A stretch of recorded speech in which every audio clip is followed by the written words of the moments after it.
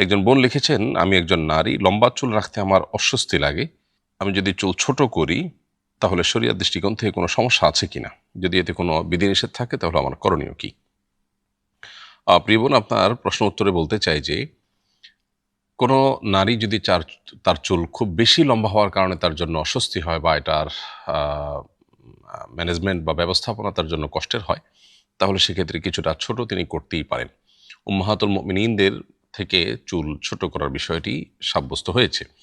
এজন্য চুল মেয়েরা যদি কেউ ছোট করতে চায় তাহলে সেক্ষেত্রে কিছুটা ছোট তিনি করতে পারবেন। কিন্তু চুল ছোট করতে করতে যদি এই পর্যায়ে নিয়ে যাওয়া হয়, যেটা পুরুষদের সাধারণত যে চুল থাকে ঠিক সেরকম চুলের সমপরিমাণ হয় বা যার ফলে নারী পুরুষ ভেদাভেদ করা কঠিন হয়ে পড়ে, তো সেটা কোনো অবস্থাতে জায়েজ হবে না। তৃতীয়ত আরেকটা বিষয় আছে, সেটা হলো যে ফাসিক এবং যাদের আল্লাহর প্রতি ভয় নেই, বিশ্বাস নেই, সেরকম নারীরা যারা হারাম এবং খারাপ কাজের উদাহরণ বা মডেল, সে সমস্ত নারীদের সাথে সামঞ্জস্য যেন না হয় বা তাদের সাদৃশ্য গ্রহণের ব্যাপারটি যেন না থাকে চুল ছোট করার ক্ষেত্রে, রাখার ক্ষেত্রে, সেটিও বিশেষভাবে লক্ষণীয়। অতএব এই বিষয়গুলোকে মাথায় রেখে যদি আপনি চুল ছোট করতে চান তাহলে সেটা আপনি করতে পারেন এবং শরীরের দৃষ্টিকোণ থেকে সেক্ষেত্রে কোনো অসুবিধা আর থাকবে না। এরপরে প্রশ্ন হলো, নবীজি সাল্লাল্লাহু সাল্লামের জানাজা কে পড়িয়েছেন, কিভাবে তার জানাজা সম্পন্ন হয়েছিল এবং তৎকালীন সময়ের সবার জন্য নবীজির জানাজা অংশগ্রহণের অনুমতি ছিল কিনা জানতে চাই। শেষের টুকরোর উত্তর আগে দিচ্ছি, সেটা হলো যে নবী করিম সাল্লাল্লাহু আলাইহি সাল্লামের জানাজায় সবার শরীক হওয়ার সুযোগ ছিল। এমন কোনো বিধিনিষেধ ছিল না যে তার জানাজা অমুক অমুক শ্রেণীর মানুষরা পড়তে পারবে না বা বিশেষ শ্রেণীর মানুষরা পড়বে, এরকম কোনো বিধিনিষেধ ছিল না, যে কেউ তার জানাজা পড়তে পেরেছেন। তার জানাজা জামাতে সাধারণত অন্য 10টি জানাজার মতো পড়া হয়নি, বরং তার জানাজা পড়া হয়েছে ব্যক্তিগতভাবে, অর্থাৎ লাশ রাখা ছিল, প্রত্যেকে গিয়ে যার যার মতো করে জানাজা পড়ে এসেছেন। দলবদ্ধভাবে বা জামাতের সাথে যে জানাজা হওয়ার কথা সেটি নবী করিম সাল্লাল্লাহু আলাইহি ওয়াসাল্লামের ক্ষেত্রে হয়নি। কেন হয়নি তার উত্তর খুবই পরিষ্কার, সেটা হলো যে মূলত তার ওয়াফাতের পর খলিফা কে হবেন, তার প্রতিনিধি কে হবেন, সে বিষয়টি সাহাবীগণ তখনও চূড়ান্ত করতে পারছিলেন না। একদিকে নবী সাল্লাল্লাহু আলাইহি ওয়াসাল্লামের ওয়াফাতের পর তারা অত্যন্ত বেদনায় ভেঙে পড়েছিলেন এবং একটা অস্বাভাবিক গুমোট পরিস্থিতি তাদের মধ্যে ছিল। এরপরে আবার সিদ্ধান্তহীনতার একটা ব্যাপার ছিল। সব মিলিয়ে যেহেতু তার প্রতিনিধি কে হবেন সেটি চূড়ান্ত করা যায়নি, সেজন্য একটি পর্যায়ে এসে নবী করিম সাল্লাল্লাহু আলাইহি ওয়াসাল্লামের জানাজা পড়াও দরকার। তখন ব্যক্তিগতভাবে পড়ার সিদ্ধান্ত সাহাবা একরাম নিয়েছেন। কারণ জামাতের সাথে নামাজ যদি হয়, সেক্ষেত্রে যিনি ইমামতি করলেন তিনিই প্রতিনিধি কিনা, মানুষের কাছে ভুল বার্তা যাবে, অথচ বিষয়টা চূড়ান্ত হয়নি। এই ইস্যুগুলোকে মাথায় রেখে সাহাবা একরাম যার যার মতো করে জানাজা পড়েছেন এবং এই জানাজায় যে কেউ শরিক হতে পেরেছেন। এরপরে প্রশ্ন করেছেন এমডি মুজাফফর আলী, আপনি লিখেছেন, এক মেয়ের সাথে আমার প্রেম ছিল, প্রেমের গুনাহ থেকে বাঁচতে তাকে গোপনে বিবাহ করি। এভাবে 3 বছর অতিক্রান্ত হয়। এরপর আমার পরিবারকে রাজি করিয়ে পারিবারিকভাবে বিবাহ করার সিদ্ধান্ত নেই। আমার পরিবার মেয়ের বাড়িতে প্রস্তাব নিয়ে গিয়ে জানতে পারে মেয়ে আগে থেকেই বিবাহিত, তার সন্তানও আছে। এখন আমার আগের বিয়ের বিধান কি? এই মুহূর্তে আমার করণীয় কি? ভাই মুজাফফর আলী, প্রথম কথা হলো যে এই সমস্ত ক্ষেত্রে যে সমস্ত অনাকাঙ্ক্ষিত পরিবেশ পরিস্থিতি তৈরি হয়, সেগুলোর অন্যতম কারণ হলো শরিয়ার গাইডলাইন ফলো না করা। পারিবারিকভাবে যদি এই বিবাহটা সম্পাদন হতো, অভিভাবক টু অভিভাবক যোগাযোগ যদি হতো, তাহলে সেক্ষেত্রে যেই সমস্যাটা 3 বছর পরে ধরা পড়েছে সেটা হয়তো আরও আগে থেকে ধরা পড়তে পারত। এই জন্যই শরিয়ার গাইডলাইন আমাদের সর্বক্ষেত্রে ফলো করা উচিত, অনুসরণ করা উচিত। তার মধ্যে আমাদের কল্যাণ আছে, কারণ সেটা আমাদের সৃষ্টিকর্তা আল্লাহ রাব্বুল আলামিনের তরফ থেকেই এসছে। আল্লাহ বলেছেন, ওয়ানকিহুল আইয়ামা মিনকুম ওয়াস-সালিহিন মিন ইবাদিকুম ওয়া ইমাইকুম, তোমাদের অধীনস্থদেরকে বিবাহ দাও, অভিভাবকদেরকে এই মর্মে কোরআনে নির্দেশনা দেওয়া হয়েছে। এই জন্য এটা অভিভাবকদের মাধ্যমে হওয়াটাই হলো বাঞ্ছনীয়।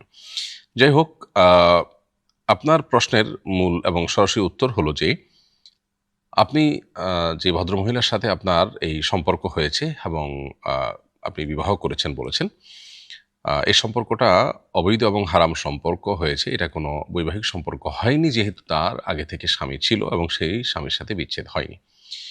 সে স্বামীর সাথে বিচ্ছেদ না হয়ে থাকলে সেক্ষেত্রে তিনি আগের স্বামীর স্ত্রী হিসাবে বিবেচিত হবেন। মাঝে থেকে আপনি তাকে স্ত্রী হিসাবে যে গণ্য করেছেন সেটা আসলে আপনার জানার ভুল ছিল, ধারণার ভুল ছিল।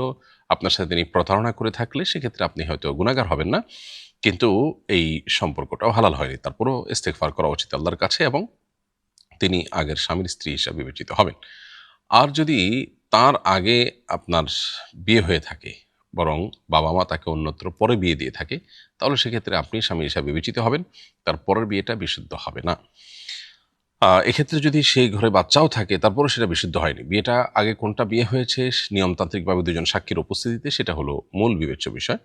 যদি সেটা হয়ে থাকে তাহলে সেক্ষেত্রে, আপনার ক্ষেত্রে যদি সেটা হয়ে থাকে, তাহলে আপনারটাই হলো শরিয়ার দৃষ্টিকোণ থেকে বিয়ে, আর পরের যে সম্পর্কটা সেটা বিয়ে হয়নি। সেক্ষেত্রে এখন পরের জনের জন্য হালাল হতে হলে প্রথম জন তালাক দিতে হবে। সে প্রথম জন আপনি হলে আপনি, তিনি হলে তিনি। অতএব এটার উপর নির্ভর করে আপনাকে সিদ্ধান্ত গ্রহণ করতে হবে। জাতীয় বাজেট সম্পর্কে আপনার সার্বিক মূল্যায়ন আশা করি। প্রিয় দর্শক, জাতীয় বাজেট সম্পর্কে মূল্যায়ন পেশ করবার মতো ব্যক্তি আমি নই, কারণ অর্থনীতি এটা আমার সাবজেক্ট নয়। আমি অর্থনীতির কোনো বিশেষজ্ঞ ব্যক্তিও নই। অতএব বাজেট সম্পর্কে আমি অর্থনৈতিক অ্যাঙ্গেল থেকে, দৃষ্টিকোণ থেকে সমালোচনা করার মতো সুযোগ, সামর্থ্য, যোগ্যতা কোনোটি আমার নেই। তবে দেশের একজন সাধারণ মানুষ হিসাবে, একজন নাগরিক হিসাবে খোলা চোখে আমি কয়েকটি জিনিস দেখতে পেয়েছি, সেই আলোকে আমি কথা বলতে পারি। ইতিবাচক দিকগুলোর মধ্যে একটা হলো যে তামাক জাতীয় যে পণ্য, এগুলোর কর বাড়ানোর ফলে আপনার এগুলোর প্রতি মানুষের একটা নেতিবাচক অভ্যাস, এই নেতিবাচক অভ্যাস পরিত্যাগে মানুষকে উৎসাহিত করা হয়েছে একভাবে। এটা একটা পজিটিভ দিক, আলহামদুলিল্লাহ। ধান, চাল, গম, আলু সহ 60টা নিত্যপণ্যের উপর উৎস করের হার কমানো হয়েছে, সেটাও বাজারে ইতিবাচক ফল দিতে পারে। অনেক চিকিৎসা পণ্যের আমদানিতে শুল্ক কমানো হয়েছে, এটাও বেশ পজিটিভ একটা দিক বলে আমার কাছে মনে হয়েছে। নেগেটিভ দিকগুলোর ভিতরে একটা হলো যে বাজেটে ওলামা একরাম বা মাদ্রাসাগুলো, বিশেষ করে কয় মাদ্রাসাগুলোর জন্য তেমন কোনো বিষয় কিছুই উল্লেখ হয়নি আমি যতটুকু জানি। তাছাড়া বাজেটে বড় একটা সমস্যা হলো প্রতি বছরই যেটা হয় আমাদের, আমরা ঋণের উপরে নির্ভর করতে হয়, এবং সুদের ঋণের বোঝা জাতি হিসাবে আমাদের জাতির প্রত্যেকটা সদস্যের উপরে এটা আমাদের মাথাপিছু আমাদের উপরে বর্তায়। একজন নাগরিক হিসাবে আমি সুদ আল্লাহ তাআলা আমার জন্য হারাম করেছেন, এটা আমার ধ্বংসকে ডেকে আনবে। আমি ইমানদার হিসাবে সুদের ভয়াবহতাটাকে আমি উপলব্ধি করি, এবং এটা থেকে আমি ব্যক্তিগতভাবে বেঁচে থাকার জন্য সংগ্রাম করি। কিন্তু দেশের নাগরিক হওয়ার সুবাদে বা এর কারণে রাষ্ট্র বা সরকার যখন সুদের ঋণ নেয়, তখন সেক্ষেত্রে সেটা মাথাপিছু হারে আমার উপরে বর্তায়। আমার গুনাহ না হলেও এই যে আমার উপরেও যে ঋণের একটা বোঝা আসছে, এই জায়গা থেকে সরকারকে বের হয়ে আসার চেষ্টা করতে হবে। এটা বড় মাপের একটা সমস্যা, এবং এইটা থেকে বের হয়ে আসার জন্য বহুবিধ প্রস্তাবনা আছে, বহুবিধ বিকল্প আছে। আমাদের খরচের খাতগুলোকে কমাবার বহু সুযোগ আছে। রাষ্ট্রীয় যে সমস্ত আপনার খরচ হয়ে থাকে, আমাদের বিভিন্ন পদস্থ ব্যক্তিবর্গ যে সমস্ত গাড়িতে চলাফেরা করে থাকেন, চাইলে সেগুলোকে আপনার আরেকটু কম দামের গাড়ি কিনে সেগুলোতে চলাফেরা করা যেতে পারে। শো অফ জাতীয়, প্রদর্শন জাতীয় বহুত বিষয় আছে যেগুলোকে নিয়ন্ত্রণ করা যেতে পারে, অপচয় কন্ট্রোল করা যেতে পারে, নির্মূল করা যেতে পারে। এগুলো যদি করা যায় তাহলে সেক্ষেত্রে অনেক ক্ষেত্রেই সুদের ঋণের উপর নির্ভরতা কমানো সম্ভব হবে। যে দেশের মানুষ সুদের ঋণের ব্যাপারটিকে ঘৃণা করে, যার ফলে তারা ইসলামী ব্যাংকিংয়ের প্রতি ঝাঁপিয়ে পড়েছে, সে দেশের নাগরিকদের চাওয়া যে সুদের ঋণ মুক্ত বাজেট প্রণয়ন করা, সেটা বলার অপেক্ষা রাখে না। অতএব বাজেটে সেই দিকটাকে বিশেষভাবে ফোকাসে আনা দরকার এবং মনোযোগ দেওয়া দরকার। একদিনে বা রাতারাতি সম্ভব না হলেও পরিকল্পনা করে সেখান থেকে বের হয়ে আসার চেষ্টা করা উচিত।